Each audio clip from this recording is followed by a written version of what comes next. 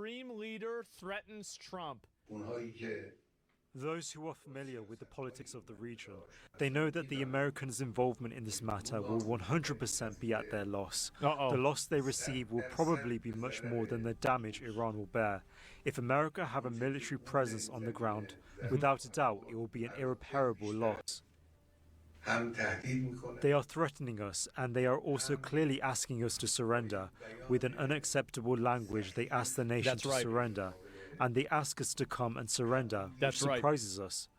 First of all, they should threaten someone who is scared of their threat. The nation of Iran has shown that they does not feel intimidated by the threat of those doing the threatening. Then why are you in an underground bunker? Yeah, if you're not worried about why underground? Ago, Iran's supreme leader addressed his nation, saying Iran will not surrender. He also directly responded to President Trump. Ayatollah Ali Khamenei made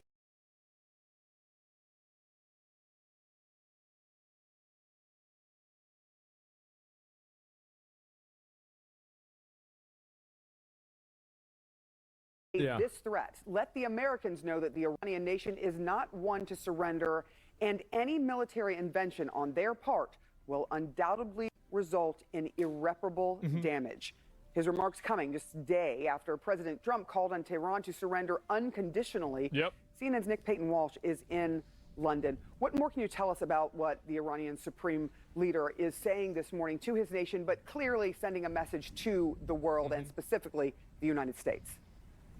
Yeah, his second public comment since this conflict, this phase of the conflict began on Friday. And I should say, yes, while the rhetoric is fiery, it's not the most combustible language we've heard coming out of Tehran. And indeed, irreparable damage, he says, that will be done. He doesn't necessarily say it will be done to the United States bases, for example. Well, yeah, he means irreparable damage done to his own nuclear program. That's what he means to say, but he doesn't want to be specific because it doesn't sound as good. In the example. Well, yeah, he means irreparable damage done to his own nuclear program. That's what he means to say, but he doesn't want to be specific because it doesn't sound as good. In the region. He doesn't, as far as we know at this point, appear to even mention President Trump by name. And also, too, the version we're seeing is a statement that's been read by a female anchor on state news broadcasting. So an interesting set of nuances here, but the words themselves are let the Americans know that the Iranian nation is not one to surrender, and any military intervention on their part will undoubtedly result in irreparable damage. Those who are wise and familiar with Iran, its people, and its history will never speak to this nation in the language of threats. And that, of course, comes after Trump himself suggested that Khamenei was an easy target and suggested they would hold off killing him for now and demanded... Just crazy. Trump is literally, think about this, he's literally tweeting out death threats. Yeah, no, really, like... He's like, we're not going to kill you for now, but we can. We can do this. Unconditional surrender. Now, I think many long-term observers of Iran would say to you, it's highly unlikely at any stage you would hear the Ayatollah or anyone in his security circle accept the notion of unconditional surrender, and how, of course, will that even practically occur with Israeli jets in the sky. But this statement, I think, it's clearly putting Iran in a position where it's not about to suddenly kowtow to any specific American demand. It is clearly not looking publicly here or beseeching America for some kind of diplomatic off-ramp. But you've got to bear in mind too, Sarah, the position and condition Iran is currently in. A significant part of its military and indeed nuclear scientists having been killed. That hierarchy. Yeah, they're dead. I mean, I feel like they're not really in a position to negotiate a whole lot, right? I mean, I would say the United States purposely avoided assassinating Hitler too, by the way. Yeah. How are these countries so delusional? He's not delusional. He's just trying to look good for his people. That's all. He knows he's cooked. He knows he's cooked. Absolutely.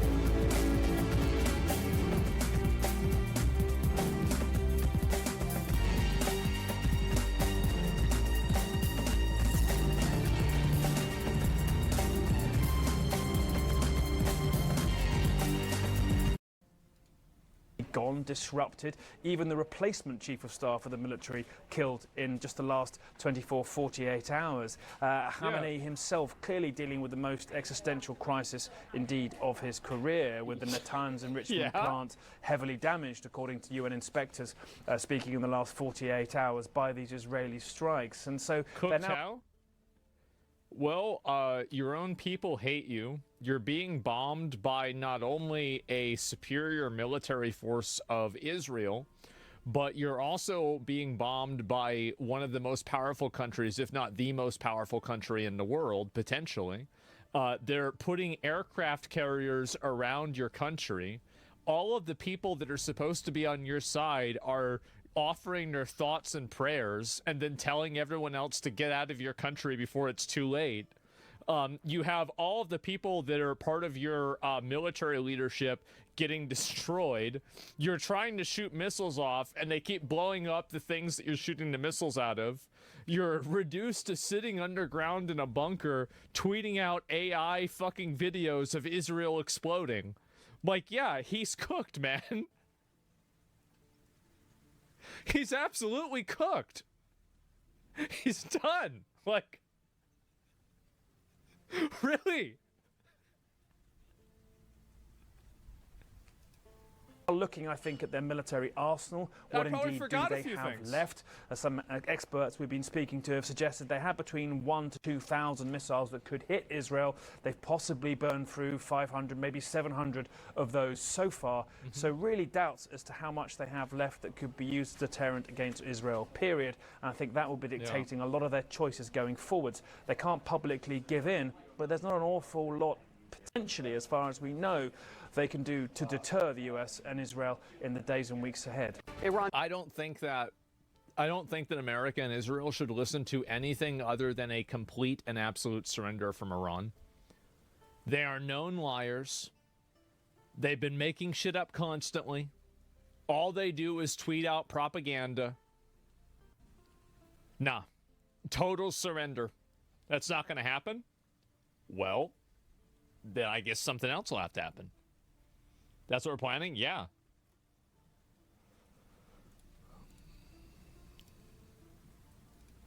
Supreme Leader ratcheting up its war of words with the U.S. Do you want war? No, I don't want a war. Why would I want a war? Like, I don't want a prolonged military conflict. I want a surgical removal of the nuclear sites. Why would we want a prolonged military conflict in Iran? It's stupid. Like, why would you, like, yeah, of course not. A kinetic removal of the military sites. Exactly. Morning, the U.S. military now surging its troops in the region. And two sources, CNN says President Trump is increasingly warming to the idea of the U.S. using its military to strike Iran's nuclear facilities. Iran ramping up tough talk, as we mentioned just a short time ago. Iran's supreme leader warned that if the U.S. gets involved in the conflict, it will cause irreparable damage. That comes after President Trump said the Ayatollah would be an easy target and demanded Iran's unconditional surrender. Already, the U.S. is mobilizing forces, sending another aircraft carrier to the Middle East, and sources telling CNN the U.S. is deploying more than 30 aerial refueling tankers to the region as well. Overnight, Israel says it launched a new wave of strikes involving more than 50... I don't know why your chatters can't understand that an air campaign doesn't mean a long war and military occupation. The reason why is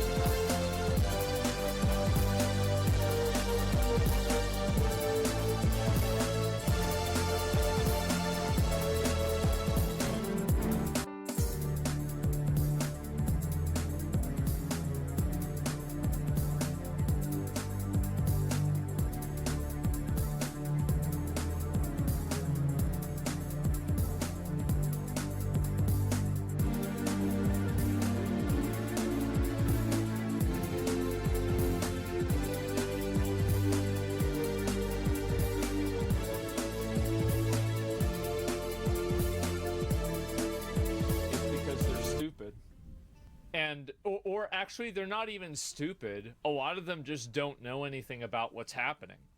And I'm not an expert in this either, right? But compared to them, I am. And so a lot of the people that are making these arguments and like saying these different things, if I bring them up and bring up a counterpoint, they're like, well, I didn't know that. Well, yeah, of course. Alerts in Israel soon. I just got a phone notification. Oh boy. Willfully ignorant. We just got a preliminary. Just got another rocket alert. Uh-oh. Missile alert now? Uh-oh. Jets on Iranian centrifuges and missile production sites, and new before and after satellite images obtained by CNN show the damage that the airstrikes have caused to Iran's military facilities. CNN chief international anchor Christian Amanpour joining me now. Christian, you know, you look at this situation and what we're facing. What do you see as you see all of these things moving into place, the military moving things into place, Donald Trump warming to the idea of strikes? Do you see this going forward, that the U.S. is indeed going to take part in this war? They absolutely will. It's going to happen. It's hard to tell. Donald Trump says certain Everybody things knows and it's going to happen. you know, he's making decisions with his closest advisors, and we don't know, you know, sometimes from one day to the next what it will be. But you're absolutely correct that all the signals point to Donald Trump deciding to take part. And apparently, according to what you've just reported, the actual physical preps for such a deployment, contingency plans, so to speak, pre-positioning aircraft and other such equipment that might be necessary appears to be going on from what you've just said. That's reasonable, though. I mean, they're going to do that with any type of potential conflict. That doesn't necessarily mean a whole lot. The question, of course, is it would be irresponsible for them not to. Ronan Bergman, Maggie Haberman, and the others. It is very clear that, according to their reporting and according to all that we see and hear, Donald Trump is significantly influenced by Benjamin Netanyahu, who has wanted to do this for many, many decades, as we have been reporting. Donald Trump, we hear and we know because he said it, is seeing the successful military operation by Israel and thinking that maybe this is something to also take part in. The question, though, of course, is what is the end strategy and what is the wide goal, and does the United States and Israel share the same goal? Is Donald Trump also... Partially, but not entirely. Israel's goal is much more all-encompassing with Iran, whereas I think our goal should be just simply to stop their nuclear facilities and get rid of that. Like, Israel has a much larger breadth of its goal, whereas we don't. So in the regime change, or more precisely, the regime destruction business, as Israel is and as it keeps telegraphing. For instance, when Donald Trump posted that Khamenei, the so-called supreme leader, would be an easy target if they decided to go ahead, that is telegraphing the desire for that political assassination, should they desire to do that. Of course they're going to do that. Now, you've seen that Khamenei has responded and done the usual. Iran always says we will not surrender and we will, you know, maintain our dignity, our sovereignty. The issue is with the Iranian people right now. There is a good deal of fear and panic. I have my own friends and family, not to mention others who I'm in touch with there, who are trying to follow instructions. It is impossible to evacuate a city of 10 million people. Just impossible. It's a completely irrational thing to say. So analysts are saying this is a sort of a psyop, if you like, to cause as much panic and chaos and damage to the regime's control right now by threatening, you know, that many people, or subliminally threatening that many people, by bombing in various areas that may or may not have military targets, but also have quite a lot of civilian targets, many, many residential neighborhoods, and also by cutting and disrupting and hacking a current, the financial system, where it's getting more and more difficult for Iranians to be able to get money out. They also don't have enough gasoline, even if they wanted to get into their cars, to actually escape en masse, as they are being told to do. So this is the situation on the ground, and the real question is, what is the strategy? What is America's end goal, and what is Israel's end goal, and do they align? Yeah, those are really good questions that need to be answered. There's also this question that I wanted to talk to you about, because you are... I think that partially they align, not entirely. In touch with people in Iran, and you've been covering this region for such a very long time, many, many decades. One of the stated goals we are now hearing from Netanyahu is that Not only does he want to get rid of the nuclear facilities that Iran has and its nuclear capabilities, but he is calling for regime change. Yeah, what sure. are you hearing from within Iran as Israel is also striking Iran? Well, I mean, of course they want regime change. I mean, like, it's common sense that the regime said they want to blow them the fuck up and kill all of them. No fucking shit they want to get rid of them. Duh. Of course. And sending people into a panic. Well, indeed, to follow up from what I was just saying, there is quite a lot of panic. Look, we've said it over and again. The majority of the Iranian people are fed up with this government, with this regime. Yeah, they don't like it I either. have personally covered the Green Revolution, the so-called Green Revolution, back in 2009, where people actually... You're gonna have some massive fucking balls to go against that government, man. Like, oh my God. Can you imagine that? Because like they just go and kill people that disagree with them, right? I mean, it's one of those like crazy fucking like authoritarian places. Came up to me as I was following them with cameras, you know, running through the streets with these protesters in 2009, and they said, Madam, this time it's going to happen. But no, it didn't, because the regime used its police, military, and paramilitary to crush that protest. I've been banned. It's another good way to tell if you use the military to kill people that are protesting against you peacefully, you're generally the bad guy. Yeah. You generally are the bad guy. Ever since for doing those reports on people's desires. They killed 3,000 people. So the question is, will they be able to come out now under a hail of bombardment and under the panic that I said California? I said peacefully, not setting peacefully. That's a very important thing. Described, because people don't know where the hits are going to happen, even if Israel says they're telegraphing. Remember, Gaza the same. They said they were telegraphing, but many people just found themselves going in circles and not knowing exactly where to go, over and over again being told to evacuate under a hail of bombs and strikes. The second issue is, even though many people would like to see an end to this, do they want to see it? And you're seeing it on their internal discussions and Telegram, although even that is difficult to monitor right now because you don't know. The disruption of a lot of internet ability there. Shut it down! They're very concerned and not thrilled that this might come, you know, at the end of an Israeli F-15 jet.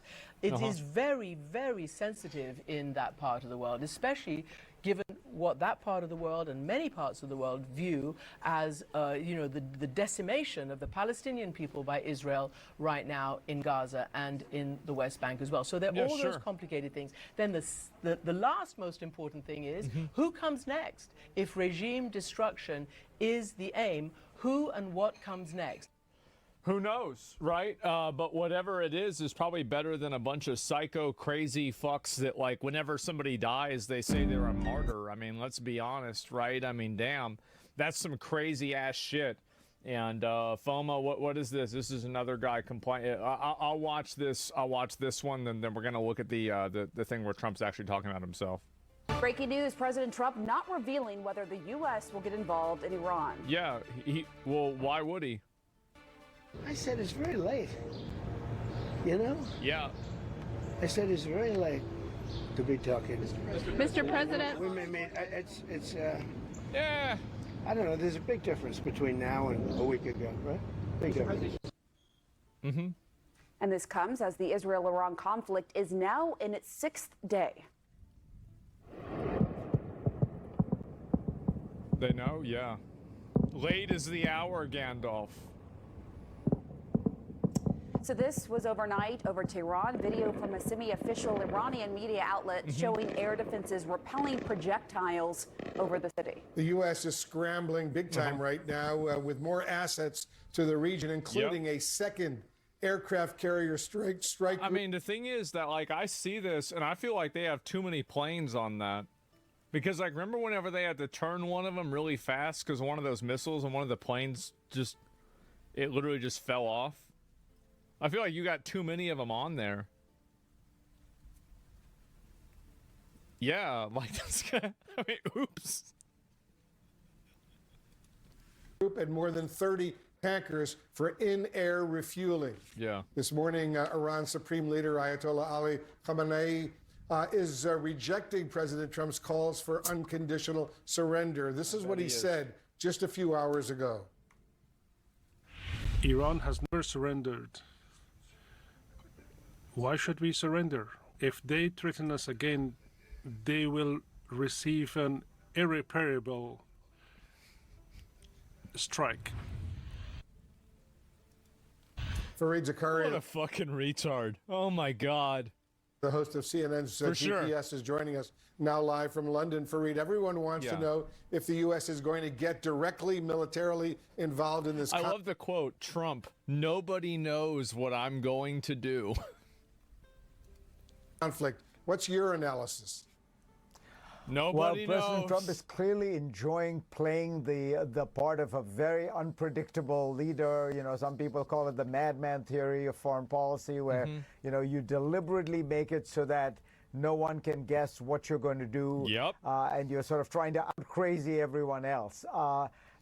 Which is impressive that he's able to out-crazy a religious zealot. It is. That's a lot. And Trump is doing that, and he's doing it very effectively. But I think at heart, what's happening here is it's sort of FOMO foreign policy, by which I mean President Trump did appear to be negotiating with the Iranians, and Steve Witkoff was due to meet with them. He had been meeting with them. Then Bibi Netanyahu decides to move forward. It succeeds. How can somebody be this stupid? How could someone be this dumb to really think that the Israelis just bombed them without any type of collaboration at all? Like, really? Like, how can you possibly believe that? Wildly, it succeeds, I think, even more than Israelis expected. And Trump now wants to get in on the action. So he's, you know, taking credit in a sense for the Israeli action, but does that mean he'll join in? So far, Trump has tended to be fairly cautious about major military escalations. So I'm going to guess that this is mostly Trump trying to pressure the Iranians to come to the negotiating table with essentially a surrender, which is to give up their... Yeah, that would be the best case scenario, wouldn't it? Like, I mean, absolutely. Isn't that what you would want him to do? Like, instead of, like, it would be better that we just don't bomb anybody and nothing happens and they just surrender and we get rid of the nuclear facility and things move on. Yeah. Their that'd be right to enrichment. You know, this was the issue that would... This was appeared to be the obstacle. Saves money, saves time, so what he everything. wants is a real win on negotiation. He can say, I achieved what nobody else was able to achieve. And he's rattling the saber for that reason. Now, there's always a danger, you know, that a scholar once said there's one problem with threats in foreign policy. They can be very expensive if they fail. It means you have to carry it out. If the Iranians don't agree, then it leaves Trump in a bind. So we know, just based on the available intelligence and, you know, talking to Israel, that it cannot fully eradicate Iran's nuclear capabilities without U.S. involvement. If the U.S. does get involved to try to take out Iran's nuclear capabilities, it would take more than just going in with one strike, right? Just given the Maybe depth. we have to do 2 strikes.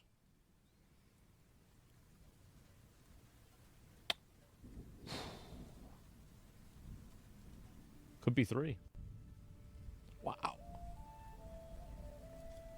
And the complexities around it? You never know, you know, in military affairs what exactly might happen. But, I mean, on paper, the U.S. has B-2s, the stealth bombers, with these bunker-busting bombs that could probably destroy Fordo. I mean, they could essentially destroy the whole mountain. And the whole, you know, the entire facility would collapse in all likelihood, probably with just 1 or 2 strikes. As I say, on paper, that is the American capability. The Israelis have nothing like that, but Fordo is not a, you know, hermetic... 30,000 pounds and it can penetrate up to 200 feet into the ground? Oh my God. Just blow up the mountain. Okay. Well, that's where that's where the tax dollars have been going. Sealed facility. That's not even the biggest one. You know, heat vents. There are entrances. So there would be ways for the Israelis to very significantly degrade Fordo. It would take many, many strikes, but they have the capacity to do that. I mean, the Israeli pilots are now flying over Iran as though it's their own territory. There is no air defense of any kind. Bro, the fact that like they flew over that that Hezbollah leader's funeral. They had a funeral for the guy that Israel killed, and then the Israel Air Force planned a flight over his funeral. Like, that was, low, and it was, like, very low, slow. It was, like, 4 airplanes. Like, yeah, basically the closest thing that you can go to teabagging. Yeah. As long as they don't have to get to the ground, they can just keep pummeling and hope that, you know, as I say again, these things are unpredictable. They'll eventually get it. You keep hitting at the entrances, the heat shafts, the vents, and something could easily give way.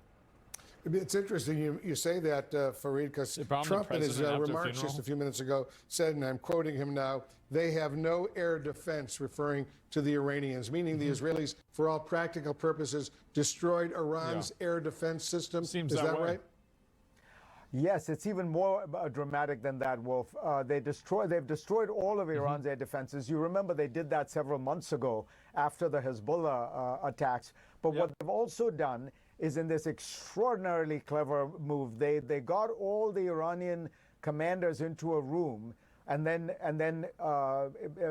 struck the rooms, killing. So they had this crazy plan where they're going to get all the guys that they want to blow up in the same place, and then they blew them up. Whoa! What? Almost all the missile commanders, which meant that the people who would order a strike on Israel minute the Iranians began striking were all dead. Yep. And so that gave the Israelis a window to destroy a whole bunch of missile launchers. So one of the reasons you're not seeing a lot of Iranian ballistic missiles launched at Israel, fewer than Israel had predicted by far, is that the missile launchers have been destroyed by Israel. So they're shooting 2 missiles, bro. 2 missiles at a time. They'd have no air defenses. They also have many fewer missile launchers than they did. It's really they still bad. have a bunch of missiles, but you can't do a lot with missiles if you don't have the launchers to launch them. Good point. How'd they have that intel, though? Do they have a spy? They probably have all kinds of stuff. They probably have all kinds of spy technology. They probably have people on the inside. They probably have, like, didn't Iran arrest, like, almost 50 Mossad agents? Yeah, of course. They probably had tons of stuff. Yeah, satellites. They're probably tracking these people's locations from, like, you know, weeks in advance. Crazy how the Taliban is more effective than the Iranian army. Yeah, you're right. Definitely true. And it's sad. Hamas is sending even more and Gaza's destroyed? I don't know. Should we just give Israel these bombs and let them drop? Well, I mean, I think we probably should do it. If anybody's going to do it, it should be us. But if we gave it to them, yeah, I'd be fine with that. Yeah, sure. Fareed Zakaria, thank you very much. Always appreciate you coming on to give your analysis. I want to go right now to CNN Chief International Correspondent Clarissa Ward. She's joining us from Tel Aviv. So what are you seeing there in Tel Aviv overnight? Sirens were going off, and there was a lot more activity over the skies, right? Well, there was a lot of activity and a lot of sirens, but not so many ballistic missiles as we have been seeing earlier on. Roughly 30 missiles last night, 30 missiles the night before. That's a big departure from some 200 missiles on the first night of this chapter in this conflict. So as a result... Yeah, bro, they're out of juice, man. They're out of juice. Like, just admit it. Like, I don't understand how, in their mind, there's any form of virtue or, like, heroics in shooting 2 missiles at a time from an underground bunker while you're tweeting out AI videos. Like, really, how do you, like, there's no Of that, perhaps you're definitely feeling and noticing a more relaxed posture here in Israel today. And we have heard now the military has made recommendations to essentially allow some semblance of normalcy to begin again, some semblance of reopening the economy. What that might look like is things like people being able to go back to work in certain situations, more shops being able to open. We heard today from Israel's defense minister, Israel Katz, basically saying that this gradual phased reopening of the economy and allowing people to move around more freely is what he called a message of victory over Iran. Well, it is. At the same time, nobody is completely relaxing, and particularly in anticipation of whatever decision President Trump makes vis-a-vis whether to intervene more forcefully in this conflict.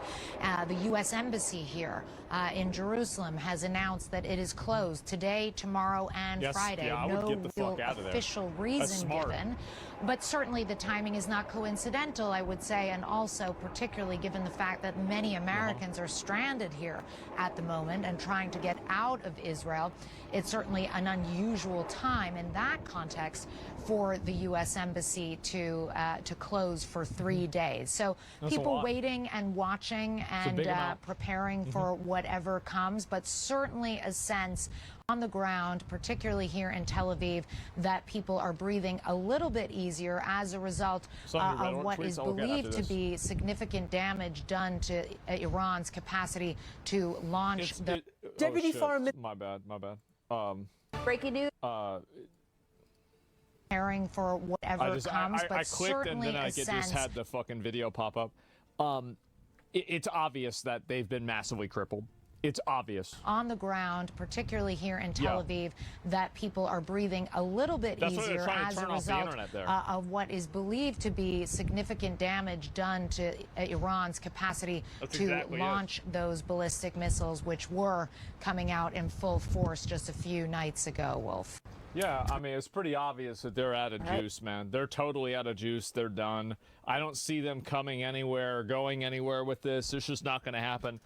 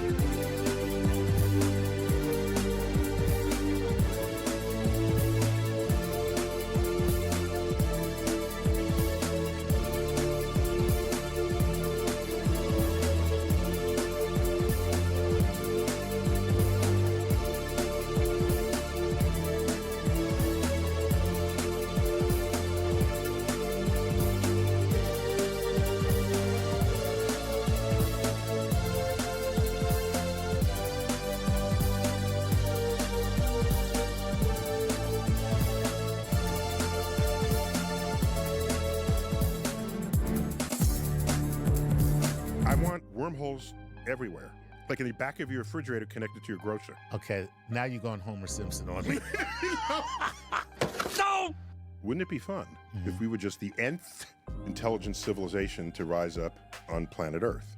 I think we would see a record of this somewhere in the fossils. Right. There'd be a Statue of Liberty sticking out of the ground. Damn you! Damn you all to hell!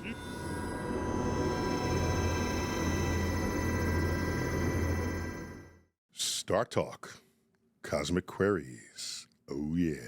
Chuck. Hey. You going to help me out here? Of course. Yeah. You know, I never see these questions in advance. No, you don't. They come from our Patreon supporters. The people who are entry level. Yes. That's all it takes is $5 a month, and we... it's been $5 a month for years. And you know why? Because we don't believe in inflation, unlike some other people.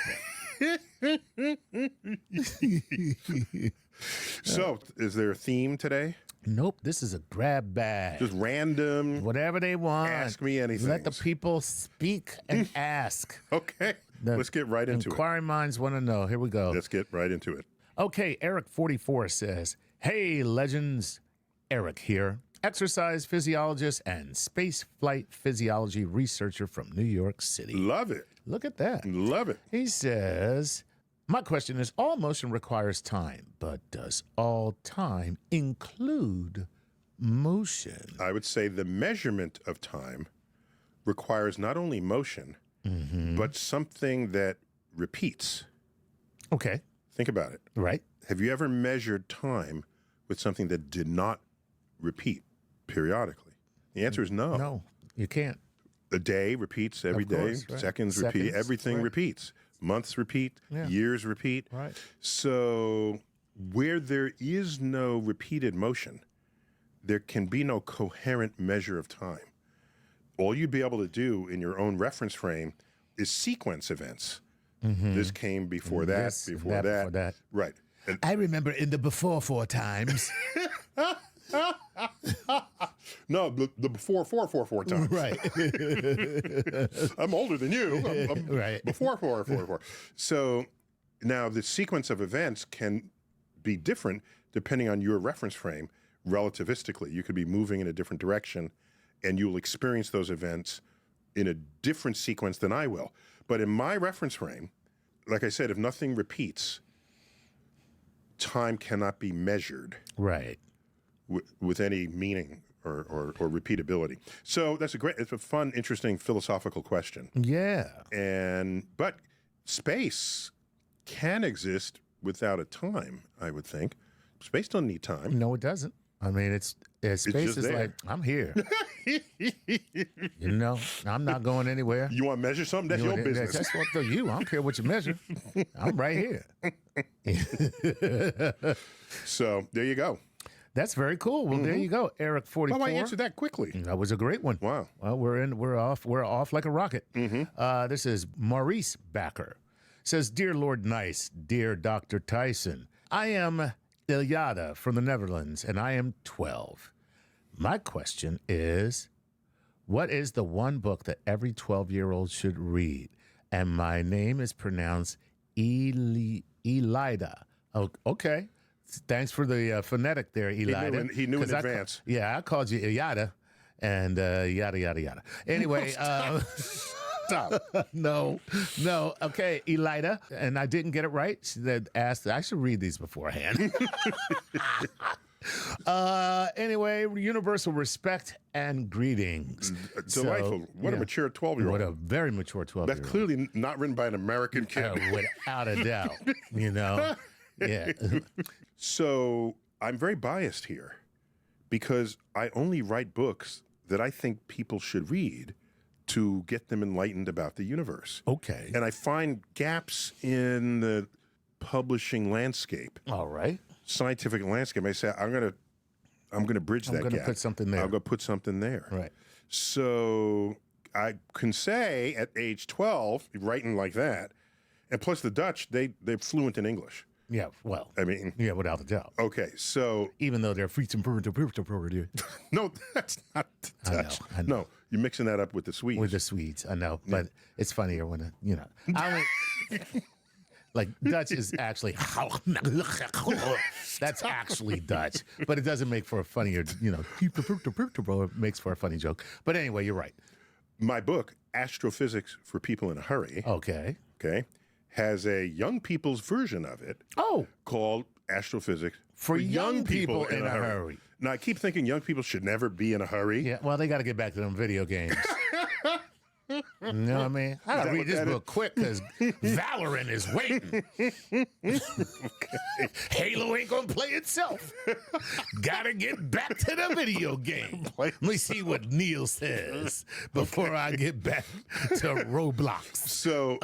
So that book was conceived for ages 8 to 12. Oh, wow, cool. Which collectively is called the tweens. Right. And its value is, it's not just that is it dumbed down. No, it folds in a lot of my own background when I was that age, because I was a geek kid. And so you get to sort of live with me through your own years that you're reading the book. That's cool. Okay. So it might have still have value to a precocious 12-year-old. Right. But if not, then just go right to Astrophysics for People in a Hurry.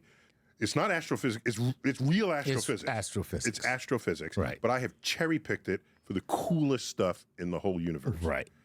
And that's what's there. From Big Bang. I call it the book you should read when you don't really want to know the granular details, but you want to be able to have a cool conversation at a cocktail party. That'll totally equip you to do so. Exactly. So there's that. But then, if it just wants to have fun, definitely the Merlin book. Oh, okay. Merlin's Tour of the Universe. It's a Q&A. He's asking a question and answer right now. It's illustrated by my brother. Oh, cool. It's just a fun, I think it's a fun book. So forgive me for recommending my own books. For shamelessly promoting myself. No, you're supposed to. That's great. Yeah, it's not shameless. I'm doing it with complete No, you're shame. doing it with right. I know, I know what I'm doing. Ain't no shame attached here.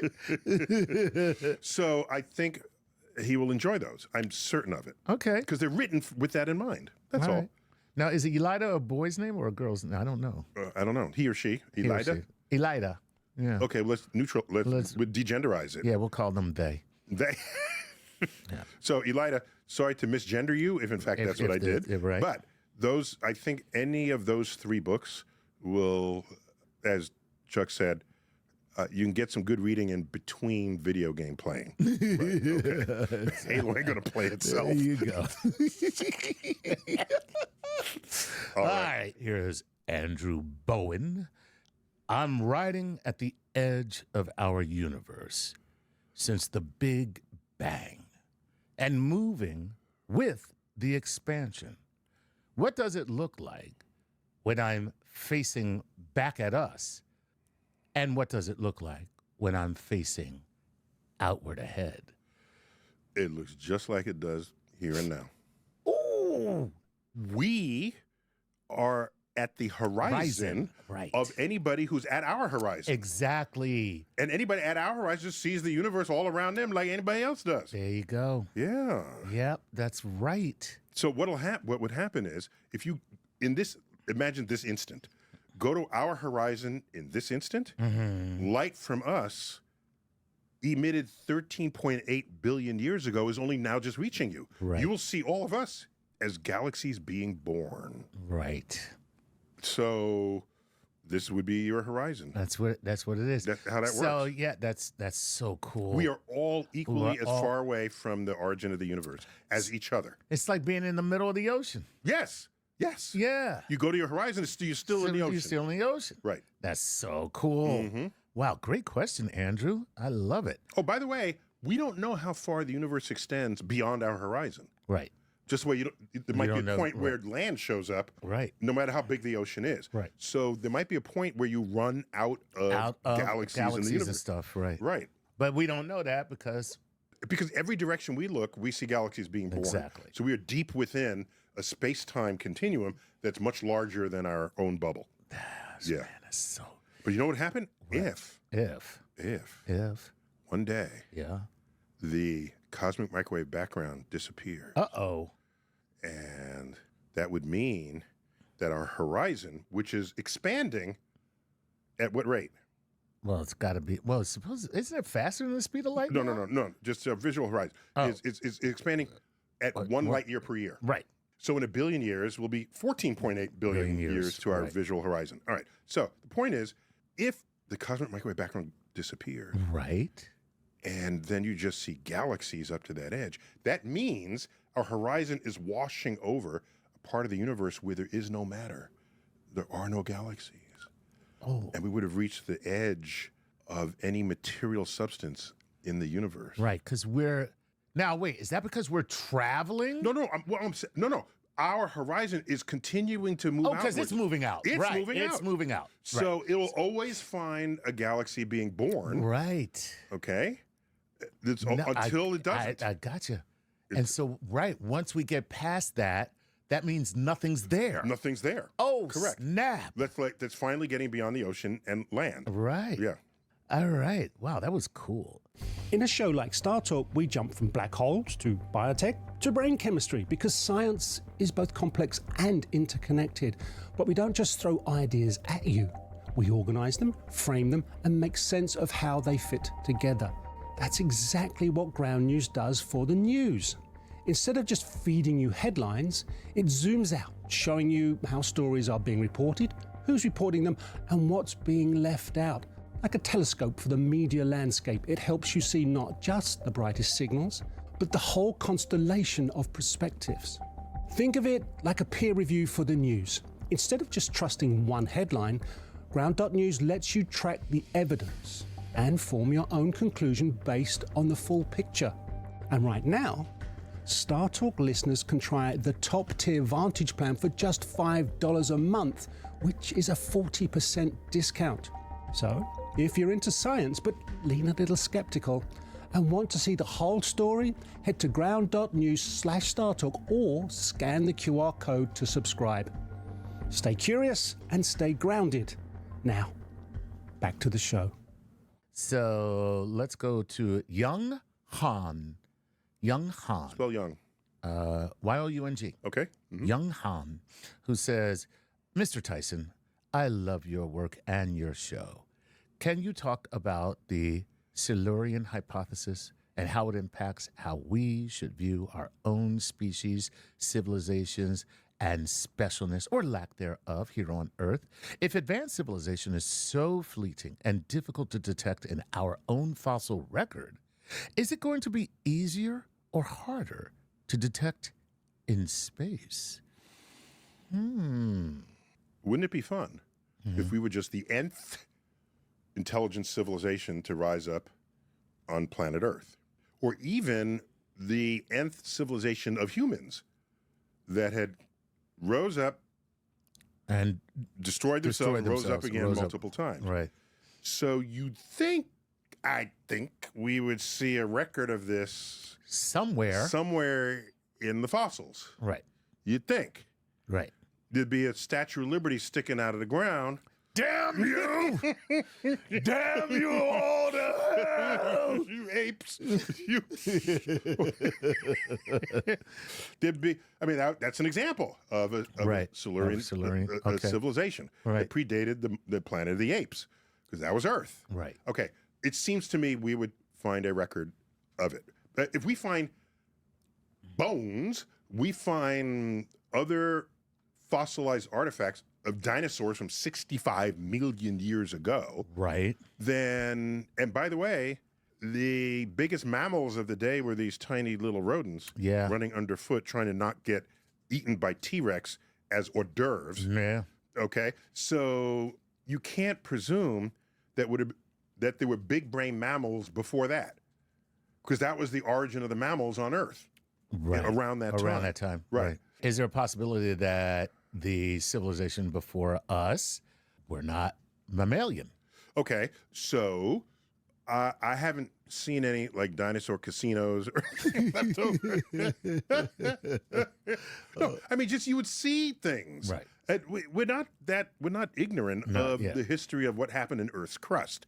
Here's where you'd have a problem. Go ahead. You can ask the question, what is the time scale for all of Earth's crust to get subducted back down and come out in a volcano. Oh, because that would destroy all evidence. Right, all the evidence would be gone because it become molten, and then it would spew out again and cover the Earth. Completely gone. Right. Okay, so different parts of the Earth are younger than other parts. Right. Like the middle of Iceland is brand new. Right. Like made yesterday. All of the big island of Hawaii. Iceland is on the mid-Atlantic ridge that is spewing out. I visited there recently. Yeah. This is a whole new land between where I was standing and another ledge on the other side, and I did the math because continents drift about the rate your fingernails grow. Oh, wow. So I did it fast, and I calculated how many millions of years that would have taken, but still, it's new land compared to other places. Okay. You go to places where it's not regenerated that rapidly, and you don't find other evidence. Okay. So yeah. Yeah, it's very unlikely, unless the dinosaurs were like the ABC TV show that used to be called Dinosaurs, where you never saw that? No. I just remember it was a little dinosaur, and whenever I just remember the cartoon Land Before Time. I remember that one. Yeah, A Land Before Time. Yeah. Do I know that one? It's a cartoon movie. Yeah. I don't think I know that one, but yeah, dinosaurs. There was like. Oh, they were just living. They were just living like regular human beings. They had jobs. Everybody worked for one corporation called the We Say So Corporation. And how did I miss this? Yeah, and then there was one little baby dinosaur, and every time his father would come in the room, he would jump on his head and hit him with a pot and go, "Not the mama, not the mama." In other words, like, I don't want you. Get me, mom. So this is like the Flintstones, except they're dinosaurs. Yeah, that's it. It's a whole world a whole world just like the Flintstones, but all run by dinosaurs. Okay. Yeah. It was a pretty wild little show back in the day. Okay. There's the thing about like the size of their brains. There's an issue there. Oh, okay. Just the higher levels the of higher thought. levels of thought that might not be resident not be happening in a dinosaur whose brain so is. It's an intriguing idea. Yeah. And I think we would see evidence of it, and we don't. Gotcha. And so in that case, the absence of evidence is evidence of absence. Ooh, I love it. Which is not always the case. Not always the case. Yes. All right, this is James H. English, who says, "Hello, Dr. Tyson, Lord Nice. It's James from Denmark." By the way, James, we apologize. We're so sorry. And, all this talk of Greenland, we have nothing to do with it, okay? We're just letting you know. All right? It's like, it's like our uncle got into the liquor cabinet while he was on his meds, and now he's just sitting in a chair going, "I know we should buy Greenland. That's what I think." So, I'm sorry. So here's what James says. I heard on a previous episode that what we think of as singularities at the heart of a black hole may not actually exist. But I'm not sure I understood. We know black holes exist, but what does it mean to say the singularities may just be mathematical artifacts? Yeah, good question. Love these. Pretty wild. So if you just follow general relativity math, right, the object collapses under its own weight. Mm-hmm. As it collapses, the gravity on its surface continues to rise. It reaches a point where the gravity on the surface has an escape velocity greater than the speed of light. At that point, light does not escape, but it continues to collapse. When we talk about the size of a black hole, functionally, we're talking about the size of the event horizon. Mm-hmm. But inside the event horizon, all bets are off. So the matter keeps shrinking. According to the general theory of relativity, the gravity is so severe that nothing can stop it, and it shrinks to zero volume. Yeah, right. And wow, and that's just crazy. What does that even mean? Yeah, what does it mean? We all presume that there's some other law of physics that's going to prevent that, but that calculation is at the limits of the applicability of the general theory of relativity. Gotcha. So that's why we know in advance that the general theory of relativity has limits. Right. Limits to its applicability. There you go. Right. Whereas quantum physics have yet to find a limit. Right. And we got smart people on that frontier, string theorists, who are trying to send the math into that singularity to try to resolve that problem. And it's because if you do, then you reconcile general relativity with quantum physics. Yes, you will. Yeah. That's pretty wild. Yeah. And more playfully, this fact that it goes to 0. Right. Some people say that's where God divides by 0. Okay. Remember, you're not supposed to. You can't do that, Yeah, or you're not supposed to do it. You can't divide Right. by 0. I still don't know why. I'm just like, Have you tried it? Because 0 divided by 0 is I got nothing. No, that's undefined. Right. That's my point, but I can define it. I started with nothing. I divided nothing. I got nothing. From nothing, leave there you go. nothing. That's a good song. Okay, Nothing thank from you, nothing, Billy leave Preston. nothing. When I first heard that song, I said, really? Is that the best math you can give me in this disco era? I was in high school when that came everybody out. was high on cocaine. Oh. They weren't trying to do It's math. like, who are you trying to impress with this math here? Certainly. I could hook you up with some good formulas. Oh, that's so funny. Okay. Okay, here we go. This is Michael Trilling. He says, I'm an artist and I have been working in stained glass recently. Ooh. It had me thinking, how can light travel through some materials but not others? What makes something transparent at an atomic level? Yeah, so I don't have a good answer for that. I have an answer, but I know in advance it's not good. Correct. So I'm giving like a just so answer. All to right. it, okay. So transparent media, there's nothing to change the pathway of the light through the medium, and so it maintains a straight direction. Okay. Okay. And so it comes out the other side. You see whatever was on the previous side of that material. If the structure of the lattice or the molecules or the atoms is such that the light is either absorbed or dispersed, because it can still be transparent to light, but you can't see through it. Right. What's the word for it? Translucent? Translucent. Right. Okay. Light still gets through. Frosted glass. But frosted glass. But the path the light took was varied, and so there's no coherent image that comes through to the other side. Oh, gotcha. But here's a little known fact. As this person surely knows, light travels slower in a medium than it travels in a vacuum. Right. It travels slowest in a diamond, which helps it internally reflect so that when light comes in from one direction, it pops out a different direction. Right. When it's cut, when the facets are just right. Right. So that's why diamonds have a certain radiance of their own when they're just really messing with the light that came in. So Rihanna was wrong. It's not shine bright like a diamond. It's just refract light like a diamond. What was that from? Ocean's 8? No, she has a song, Shine Bright Like a Diamond. Oh, sorry, I didn't know that. Everybody It's not loves shining. it. It's not shining. Yeah, it's not shining at all. Right. Yeah. Is that why they put her in Ocean's 8? Probably. And she's Rihanna. Okay. Okay, couple more. Go. All right, here we go. Alex Romillion says this. Greetings, Dr. Tyson and your ragtag team of lifelong learners. I'm Alex from Northeast England. My question, there's a lot of talk about mining the moon. Wouldn't that be a bad idea, considering if we're transferring mass from the moon to Earth, we won't make the moon lighter because of the gravitational effects it has on Earth, i.e. the tides? To weaken over time and eventually stop, what other effects could it have? Regards from a lifelong learner. I love it. And I love lifelong learners. Yes. Thank you for checking in. Yes. Okay. Couple of things. First, two things. So it is likely that whatever we mine on the moon will stay on the moon or go to other places in the solar system where we're doing work. Right.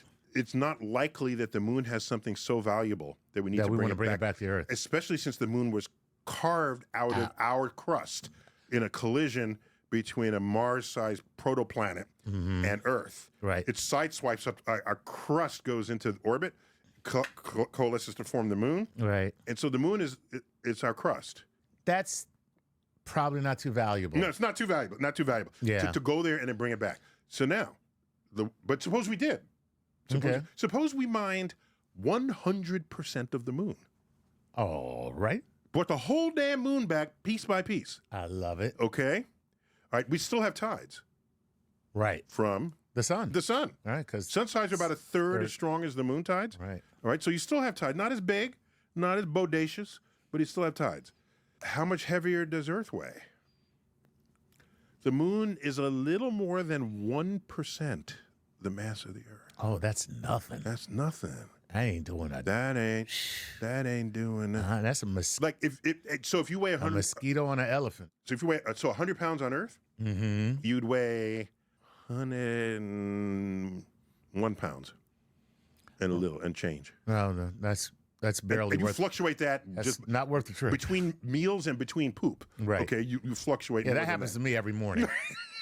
You know what I mean? Get up on the scale like, damn. Go to the bathroom. All right. So yeah, it's not. Don't worry about it. Yeah, it's a big moon, but Earth is even bigger. There you go. Yeah, we good. All right, this is Bas Oosterveld. And Bas says, greetings, Dr. Tyson, Sir Chuck. Bas from the Netherlands here. Something that's bothered me for a while is the term time. Ooh.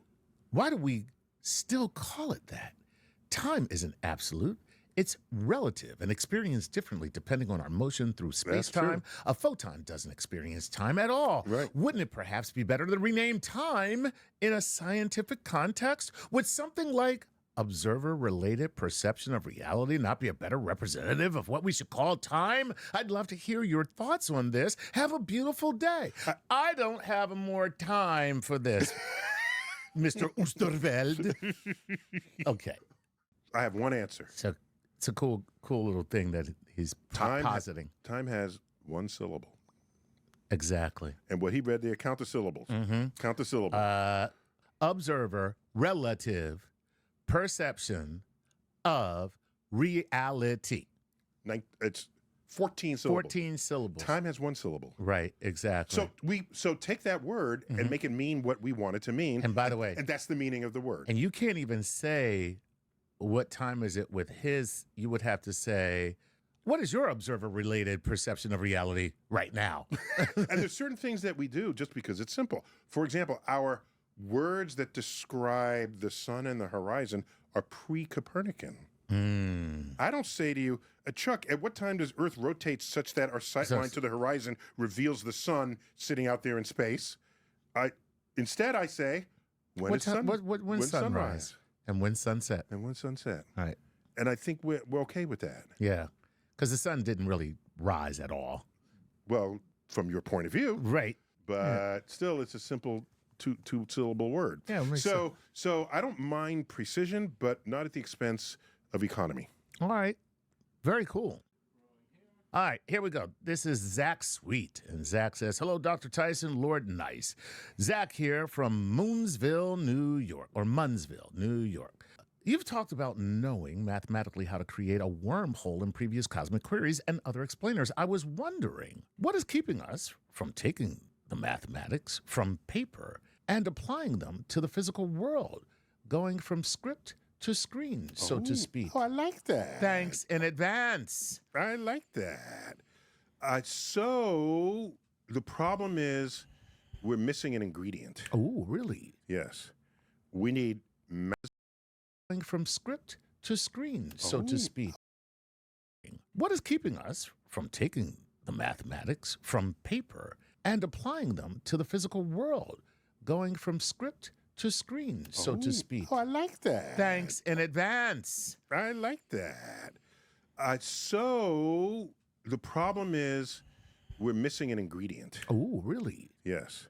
We need matter or some substance that has negative gravity. Uh-oh. Okay. So matter has gravity. Right. So matter can make black holes where you're compressing things down into one place. Right. And a wormhole requires you pry open the fabric of space-time. Gotcha. So you'd be parking this negative matter, this negative gravity substance, in a way that you pried open a tunnel through the fabric of space-time itself. The fabric of space-time itself. Wow. So we would know how to configure it, how much of it we need, but we don't have it. Gotcha. Now, there are people who say, well, what about dark energy? That's a negative gravity pressure in the vacuum of space. Right. Since we don't know what it is, I'm not saying let's set up a factory to make wormholes out of it. I'm not ready to do that. Okay, right. And if one day we know what it is and then we can harness it and then package it and sell it, yeah. And I'm all in for wormholes. Oh my gosh.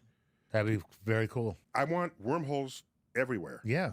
Like in the back of your refrigerator connected to your grocer. Okay. Now you're going Homer Simpson on me. No, I'm running low on milk to check on you. I just reach into the refrigerator. I'm at the grocery store, grab some milk. Oh, no, the grocer does that for you. Oh, he'll have your package. He stocks your fridge from the wormhole. Because they just open it up. All right, I take it back. That's dope. That's totally dope. Oh, I love it. Yeah. Yeah. You're never low on any supply, and they'll know the rate, and you don't have to go travel. Yeah. And, oh, my gosh. Wow, that is fresh direct.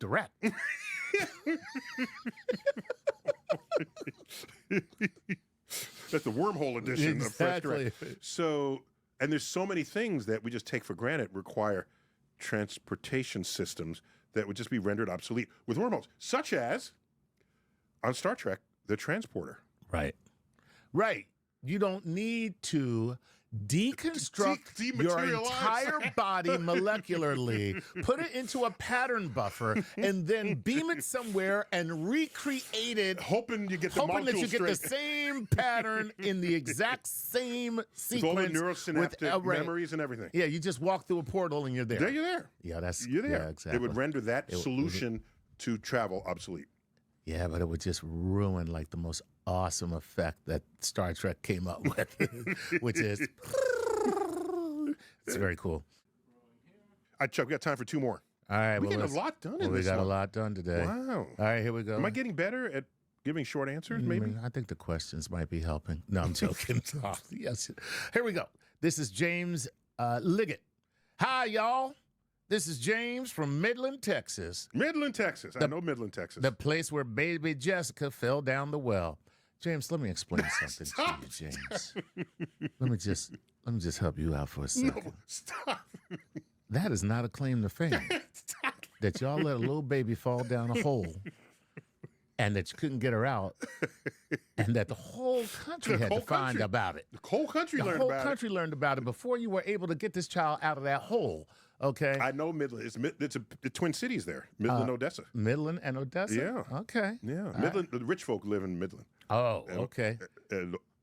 But back when I was there, that was the deal. A very clearly understood divide. I got you. In the landscape. All right. Well, James says this: since photons have no mass, how do they carry the image of their source to, say, a telescope or an eyeball? So what does it mean to say we see something because we process photons? There seems to be nothing there in a photon to process. Ooh, where love it. In the mass, love the massless energy of a photon is this information that we receive. This keeps bugging me, man, so please help. Let me hook up my boy from Midland. From Midland. All right now. Midland, Texas. Midland, Texas. Midland. Mm-hmm. So, here you go. Here we go. If you took all the photons and just crammed them through the one little opening and didn't have a lens, right, then you would not have an image. You would just have light.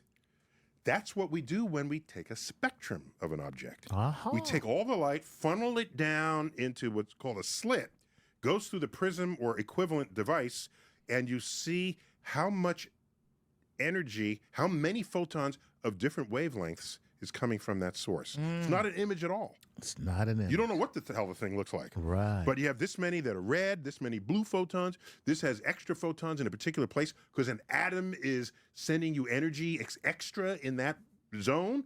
And you just look at the spectrum, and that is a no image measurement of the object.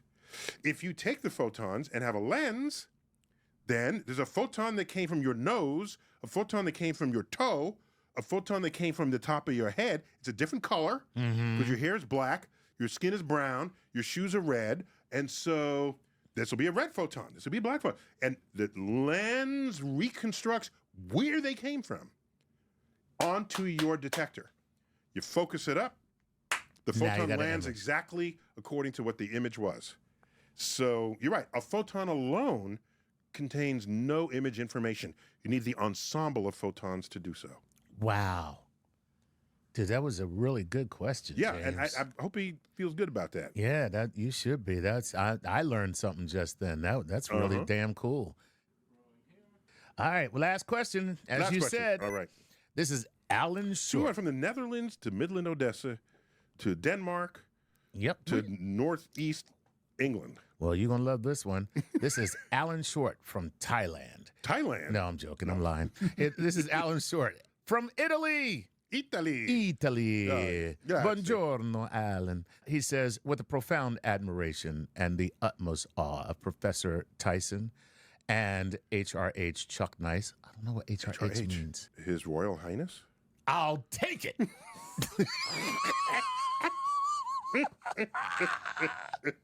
I was a kid, when we have juvenile sense of humor, we'd say His Royal Hiney. Yeah, I was about to say, and that's because that's exactly, I was going to say royal hind parts, but don't, royal hiney. Okay, according to one theory, our universe is located inside of a black hole. If this is the case, where is our universe's singularity? Likewise, seeing as we have proof that our universe is expanding, why are we not seeing other black holes, presumably themselves being self-contained universes, expanding and taking over our universe with much love? Thank you, Alan.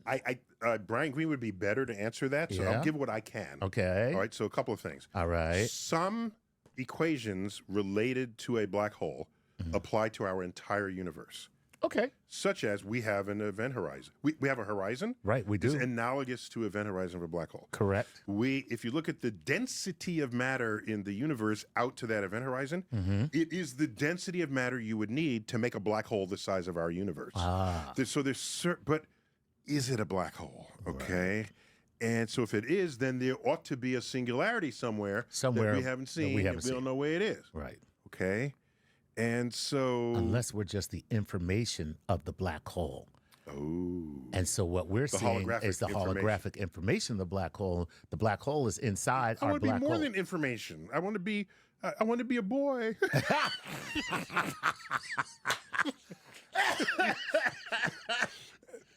And that's Italian. That's a Pinocchio reference. That's Pinocchio reference. Oh, my God. We have done it, people. That is how you stick a landing. Go to Italy and end up with Pinocchio. All right. So that could be just where the analogy breaks between the universe and what a black hole is. So you have a couple similarities. But one last point, and we'll end on this. Go ahead. That the equations of a black hole, and there's a book here that I can dig out that will describe them, and our guy correctly noted that a whole new space-time opens up inside the black hole. If you look back at us, the future history of the universe runs its course, and a whole other space-time opens up. So each black hole would contain a universe. A universe. But that universe is not sharing the space-time of our universe. Right. So they're worried, will it fill up or bump in? No, in higher dimensions, you can fit everything. Right. It doesn't make a difference. That's right. You can fit it all. That's so cool. Just a quick thing. You have a sheet of paper that goes to infinity. Right. It's 2 dimensions. If I go into a third dimension, I can have another sheet of paper that goes to infinity. And it does not intersect the first. Exactly. In fact, I can have an infinite number of infinite sheets of paper. One above the other. Correct. So when you add higher dimensions, you don't have to think or worry about, stepping on each other's toes. Cool. It can happen. Right. It's not a thing. Right. All right. Yeah. I think we got to call it quits there, Chuck. Well, that was a good one. That was very hodgepodge. Yeah, I like it. I like it when they're all over the place all over the world. All over the world. All right. Very good. This has been a Star Talk Cosmic Queries Grab Bag Edition. Those are fun. Yeah. Love those. Chuck, thanks for doing it. Always a pleasure. All right. Neil deGrasse Tyson, your personal astrophysicist, reporting from my office, the Hayden Planetarium. As always, keep looking up.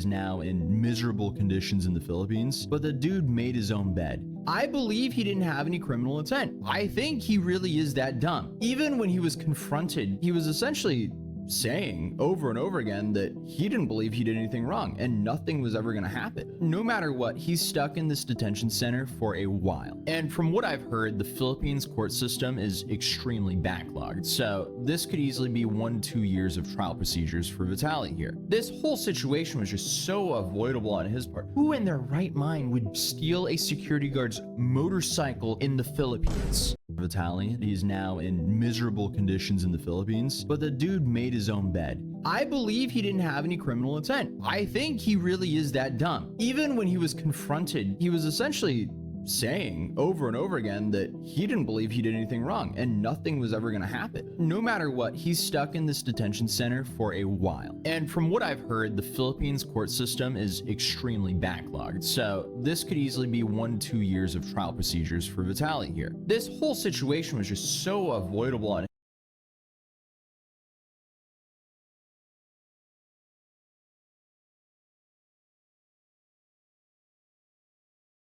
Clearly, the walls are closing in on Jack Doherty, who's one of the most infamous IRL streamers, who's essentially known for harassing people in public, then hiding behind his bodyguard. And recently, he's been taking a lot of L's for the entire world to see, including crashing multiple cars, being dumped by his girlfriend, admitting that he built his entire business and income around his now ex-girlfriend's OnlyFans. But just when he thought Jack couldn't stoop any lower, he decided that one embarrassing car crash wasn't enough humiliation. No, he actually faked another crash just for clout. And of course, because it's Jack Doherty, he did it in the most cringe and obvious way possible.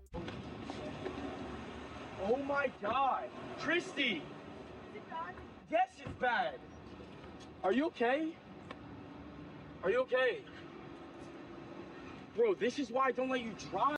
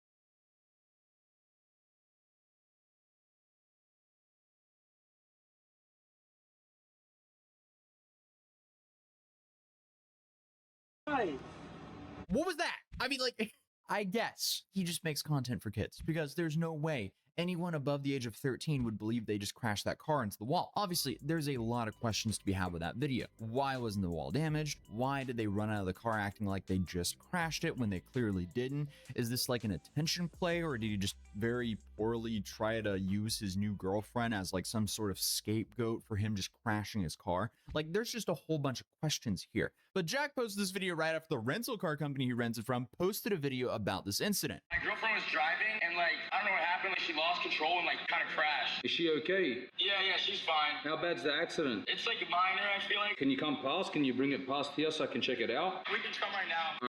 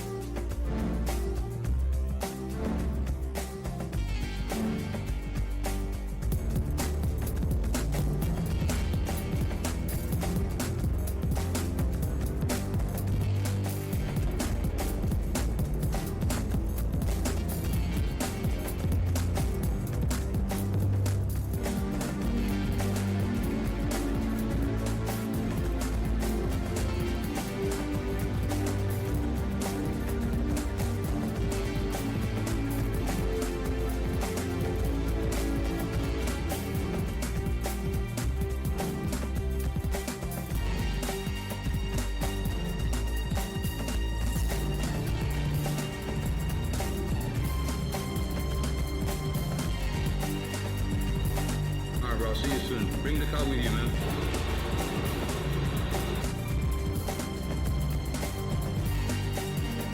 They could easily be remain small. Still, that's actually in a nutshell.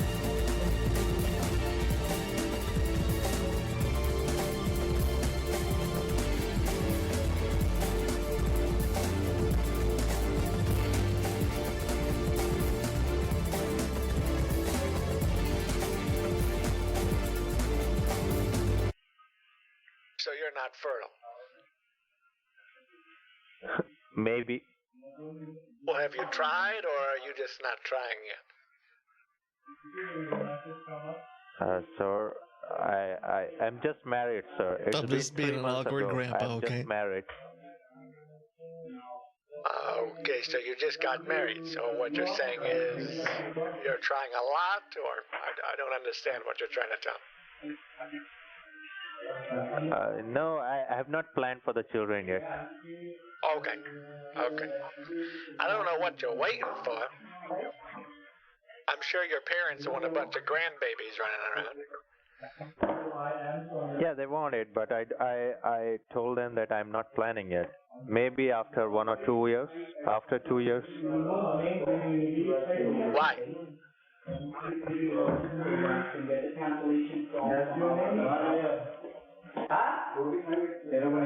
I don't know. I told my son if he wants any chance at inheritance, I need at least 4 grandkids. Yes, sir. You need to install this so that we can provide you the cancellation form over there. I will gonna connect you with our department. Okay. Cancellation form over there. I will gonna connect you. Any chance at inheritance, I need at least 4 grandkids. Yes, sir. You need to install this so that we can provide you the cancellation form over there. I will gonna connect you with our department. Okay, and what next you got? The other day, I had a guy, this was a couple months ago, I had someone come to my house and he said he was installing, what was it? Oh, he was upgrading internet pipes in my area. And they were offering me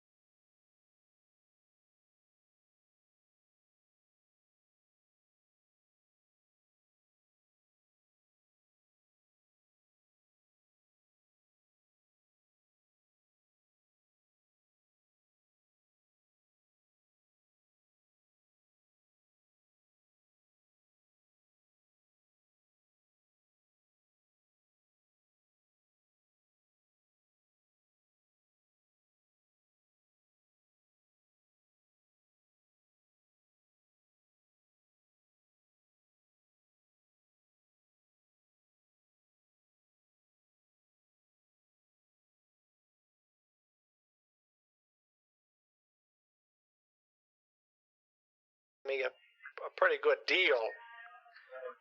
Expand my pipe. I guess my pipe was not very big, and he wanted to make it a larger. What you got, sir? Like a larger the installation is done, sir? And I said, well, if you want to pay the Pied Piper, then I would do it. But Jimmy cracked corn, and I don't care. And he says to me, get this, the guy has the audacity to say,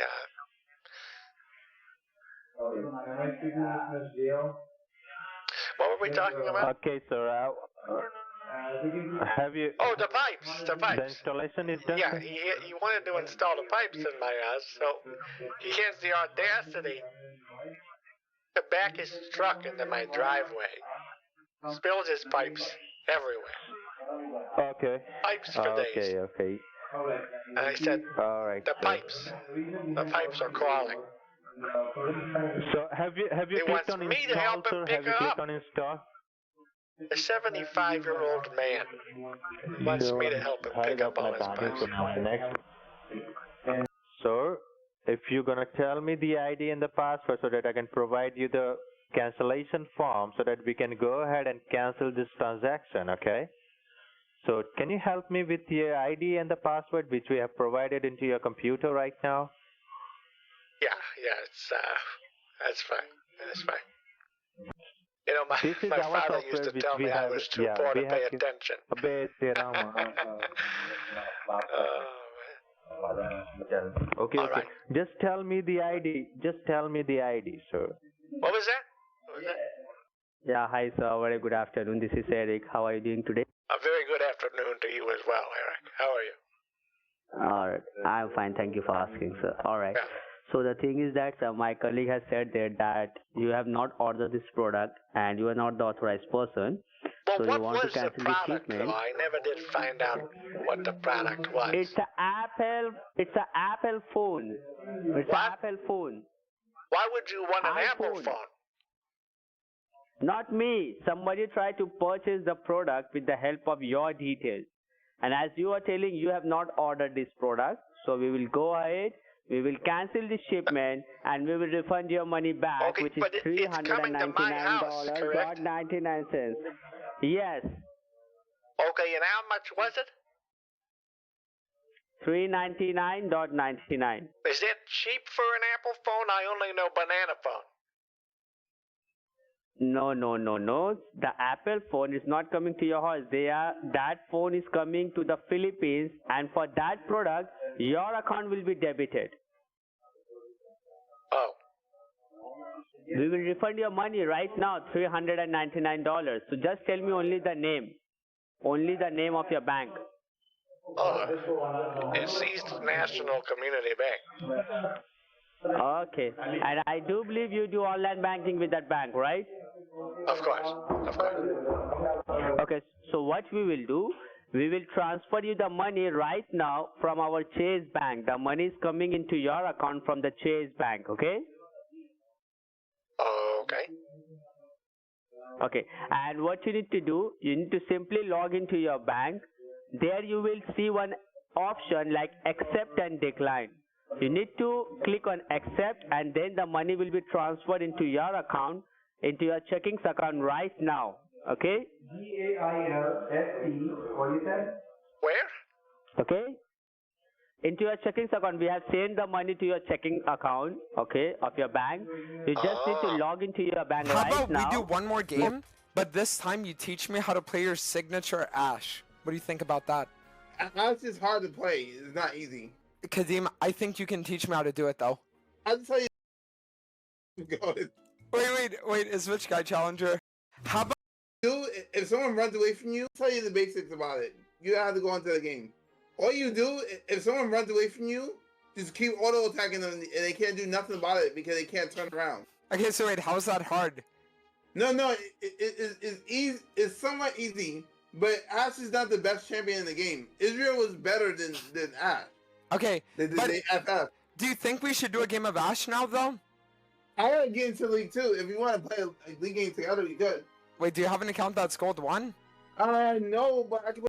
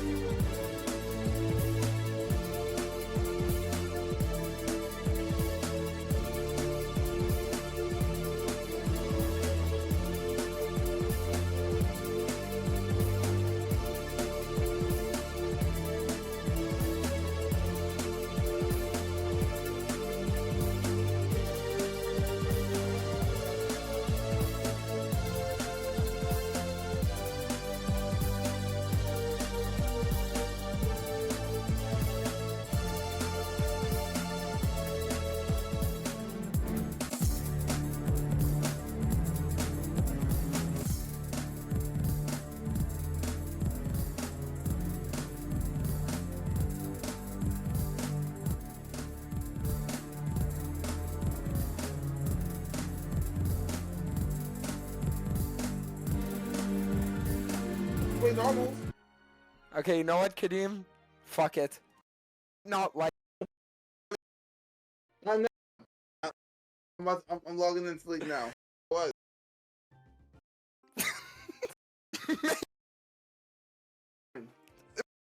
Choose a waifu? The fuck out. World right now. Lulu. Lulu's actually the best asshole. Wait, really? Is Lulu black? I think so. I think she's like a baby or something. That's what it looks like. It looks like it.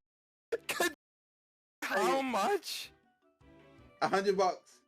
It's a Windows 11 PC. I put like a GeForce 1050 in it.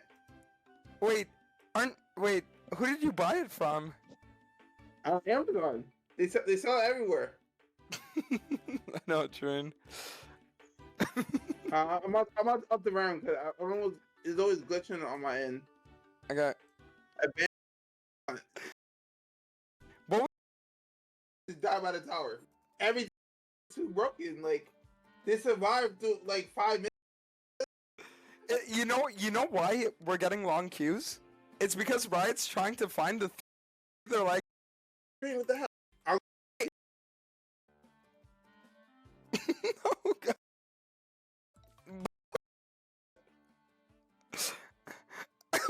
Alright, I got limit. What the fuck? I'm gonna carry this game. Choose one. Bad girl, but she knows how to get to you. Wait, are you talking about the fighting game? No. Dead or Alive is the anime. So basically, in Dead or Alive, they do battle for him, and he just likes him. Oh, okay. Would you pay $100 to get transported into an isekai world right now? I would not. Honestly, people would panic if I went that far. Like New York. Believe it or not, a lot of New Yorkers do know who I am, but they just keep it on a down low. Okay. So like when I try to leave somewhere, they start panicking because they know I'm Egyptian. Like when they scam my ID and they're like, oh, we can't do that today. We have to make sure you're able to go, and you have to. They get scared, and they just don't let me go anywhere. But what does you being Egyptian have to do with it? Because they can tell that they can tell your history by like looking at your ID. They scan your ID. Okay. So they know everything you've done and stuff, and the past. Yeah. Okay. Wait, you on top? Yeah, I told them I'm gonna help you. What about ADC? Bro, the ADC can go fuck herself. Alright. Come in this bush. You want me to? You want to go bottom? Well, we can't go bottom right away. Alright, I can go bottom if you want. No, I'll go bottom. I'll go bottom and then I'll roam up, okay? You gotta roam around the map anyway, so. Okay, sounds good. Be careful about roaming the map at the beginning of the match because they get upset. I remember I went Gladio bottom and went for the first dragon. They banned me. No joke. They're like, oh, why did he go bottom? But why did he go bottom for the first dragon and he just entered his lane? Oh, Trin.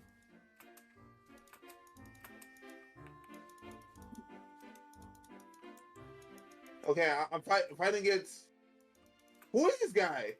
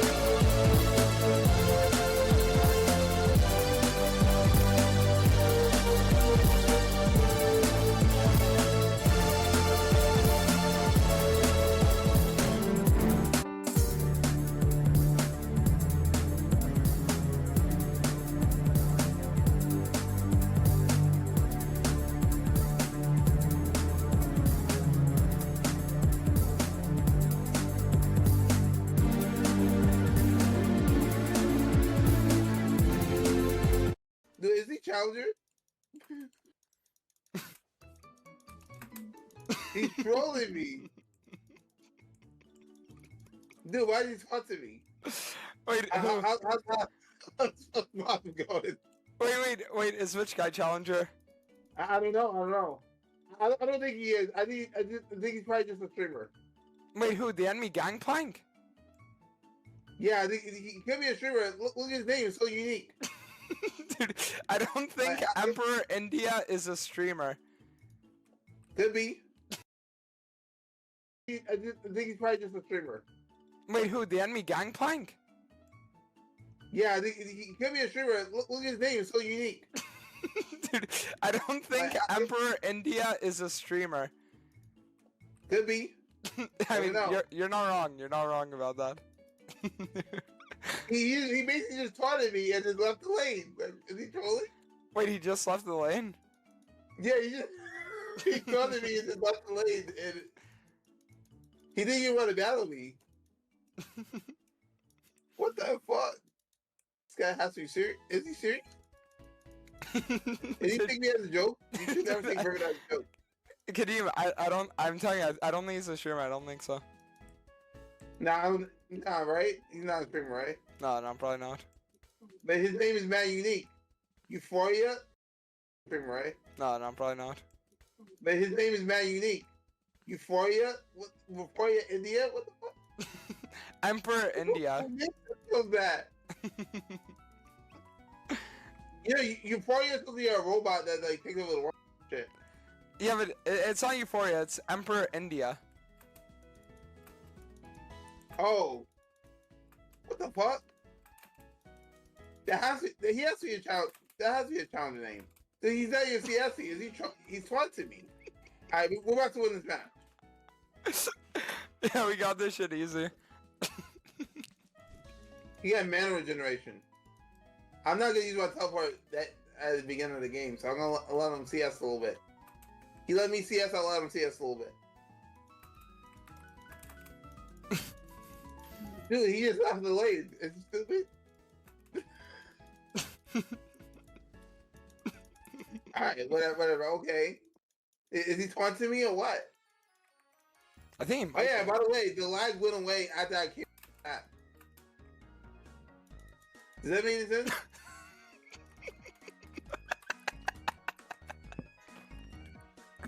Did you know I actually went on a Korean server before? Wait, did you really? What rank did you get? Yeah, I used a VPN. Wait, so you're playing on Korea on 100 ping? I used a VPN, and I bought a level 1 account. Wait, really? And what happened? I tried to get it, and they found out that I was in Korea. I was trying to stream it, but I couldn't stream it because I had to ping in Korea, so like it would lag. Yep. I probably could record it. Yeah, honestly, probably. All right, Kadim, we're gonna need some help. Kadim, we need some reinforcements. Oh, what the heck? Okay, I'm coming. I'm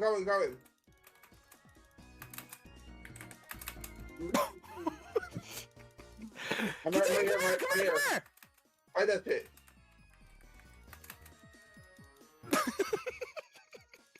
He's dead.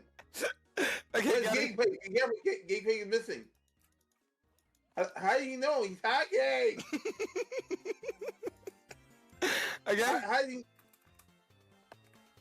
Run, Gangplank. I have mad potions, he's not winning. Okay. Oh! Alright, get up. Easy. Alright, I'm trying to see how I'm gonna win this match. I guess I just use crit, right? Yep. Alright, so I can't go bottom lane until the first dragon goes away. Because when I go bottom lane the first dragon, they get upset and say I'm empty. Yeah, no, I think we're okay though. I think we're